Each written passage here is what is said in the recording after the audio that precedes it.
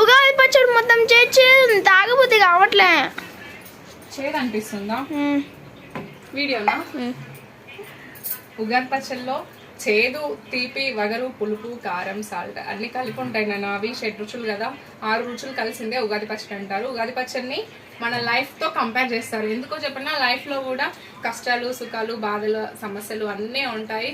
But wait చేయాలి దేనికైనా. ఇప్పుడు ఉగాది పచ్చడిలో నేను బెల్లం ముక్కలు వేసాను కదా, అవి కూడా నీకు తగులుతూ ఉంటాయి. కొబ్బరి ముక్కలు ఉన్నాయి, అవి తగులుతూ ఉంటాయి. బట్ చేదు వచ్చిందని చెప్పేసి అవి లేవని అర్థం కాదు. లైఫ్లో కూడా అంతే, కష్టాలు వచ్చాయని చెప్పేసి సంతోషం లేదని కాదు.